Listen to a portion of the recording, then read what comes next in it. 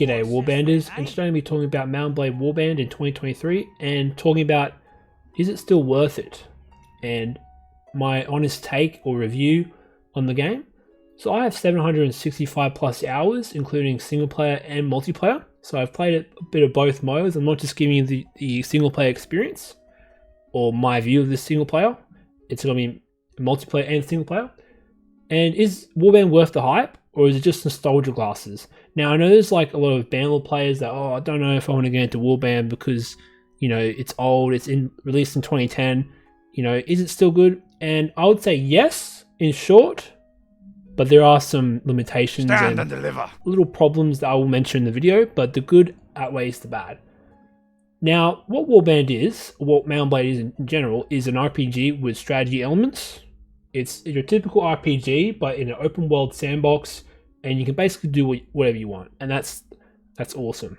Now, I'm going to go into the good points of Warband, and then I'm going to go into the bad points. So I'm going to go on my first point. The world is immersive. It's realistic. It's medieval. There's no magic or monsters. Too many games, they go on about magic and monsters, and it just tires me out like crazy. In this, we have real life cultures and with little bits of lore and personality. But the good thing is, it's all left ambiguous, or it's not thrust in your face. So read this lore dump and read this. Like it's there, and you can play around with it. There's no lore dumps, and there's very little hand holding. There's no tutorial. It just throws you in there like a typical sandbox experience, which can be a bad thing. But in my experience, it was fun learning all the gameplay and how it works and all that. And there's a variety of things to do. You can be a bandit, you can be a king, you can be a lord, you can be anything, almost. There are some little limitations, but I'll get to the bad points later. But, there's a lot of things you can do in Warband, and that's why it's beloved by a lot of people, is that you're not just restricted to one play style. And the combat is one of the best combat systems in the medieval genre. The progression system, the leveling system is very unique and satisfying. When you level up, you feel stronger. You can spec into different weapon types. And you can use the bow, you can use the crossbow, you can be on horseback, you can be an infantryman. There's many options in the combat system, and it's only beaten by Bannerlord. Now, Bannerlord, I think, has the best combat system in the medieval genre, despite me. But I feel like Warband is the second best, in my opinion. And another big factor in Warband is the concept of the strategic layer and the combat layer.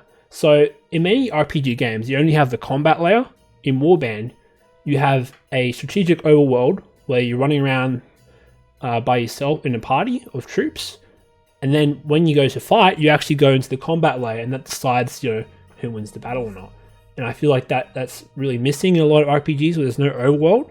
Like some RPGs do have overworld, but it's not in as depth as Warband. Now, there's very few games like Warband in the market, and that's why it's really loved. And you're not going to find anything else like it. And another point is that the characters or the NPCs actually have personality. Well, the lords do. Not the typical, peasant on the street, but the lords, they have different personalities that actually drive their behavior. So it's not just fluff. The lords, when they speak to you, they all have different opinions on, the world. And if you don't align with those opinions, then they're not going to work with you. So they're going to be, like, say, a sadistic lord, right? He's talking shit about you. He's going to be harder to, make friends with because he's sadistic, obviously. And he will rarely work with you. So in Warband, you can ask lords to help you in attacking castles or helping in battles. But some lords, they may not come to your banner, or they may not help you in sieging this castle, or they may just simply switch sides. It's very in depth. There's a lot of little mechanics that just really work in this game. And another huge point that I haven't got to yet, and now I'm getting to, is the insane amount of mods you can load up in Warband, and it ranges from the Victorian era to medieval times. You want to go and play medieval Europe? Just install the mod Anno Domini. Awesome mod. You play the Victorian era, install the, what's it called? I forgot the name, but you can play in any era you want in history. with the amount of mods over the decade this game's been out.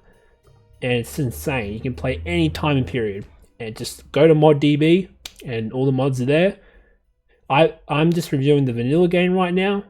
Not a heavily modded game. I'm just looking at the vanilla game. But I am saying that, if you find the vanilla game a little bit, lacking on the content side, which, some people have, you can go to ModDB and install these overhaul mods and all that jazz.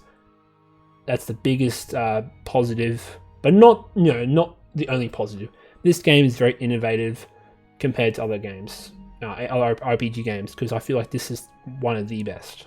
Sorry, I'm just a bit biased here, but just saying, I feel like Warband's the best in the RPG space. And it's cheap and affordable. So PCs, you can run this game with your potato laptop. I've done it back in the day with my potato laptop. And it's cheap. This game goes on sale for like $5. So if you don't have a lot of money, Warband's a great bet to get into the RPG space. It's very affordable, and you can buy it really cheaply or anywhere. And the character creation is fucking god tier, man. Like, holy shit, man. I love the character creation. It's so memey. It's so fun. I posted it on my channel as my profile picture. I post it everywhere. The character creation is to die for. Now I'm going to start getting onto the bad points, and there's very few.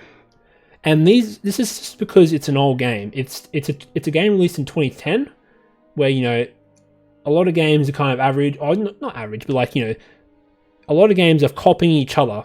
Or a lot of RPGs are just copying the same formula, but Warband actually goes outside of the box and tries something new. And the biggest point is that the graphics are really dated. The UI is very basic, but once you get used to it, it's decent. But it's still, it's an old game. It's not going to be like a modern game where it's very easy to find stuff in the UI and how everything works. And most of the content is centered around being a king. So a lot of the gameplay opens up when you become a king. Now, some areas like being a trader, there's not enough gameplay there to do an extended playthrough, But when you're being a king, the game opens up massively with you managing vassals, managing, who you're going to war with, you're managing relations, you're marrying, you're having a marriage, it's just all these little things. But I feel like some of the other aspects or gameplay, has less depth than being a king. And it can be a bit repetitive at times, so there is a grind in Warband, similar to Bannerlord, but the grind is fun. If you find, combat, the combat in this game, it's mostly warfare focused, so it's mostly a war-based RPG. So if you're fighting a lot, if you the combat a lot, you're gonna love the grind, I think. I can get a bit burnt out, but I come back a month later and I start playing again. So it's extremely replayable.